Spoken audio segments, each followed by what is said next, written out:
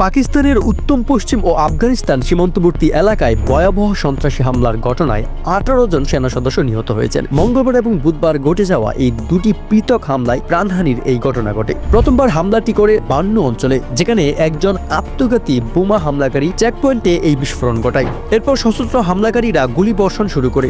এ ঘটনায় 10 জন সেনা নিহত এবং আরও 7 জন আহত হন। খাইবার পাখতুনখাওয়া প্রদেশে আরেকটি হামলায় আফগানিস্তান সীমান্তবর্তী তিরা উপত্যকায় ভয়াবহ বন্দুকযুদ্ধে 8 জন সেনা প্রাণ হারান।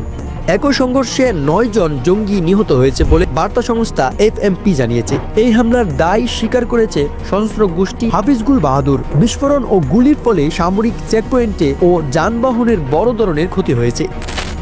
এই হামলায় পাকিস্তানের নিরাপত্তা ব্যবস্থার দুর্বলতা আবারও প্রকাশ পেয়েছে। পরিস্থিতি এখনও উত্তপ্ত এবং সন্ত্রাস দমনে কার্যকর পদক্ষেপের দাবি করছে তারা।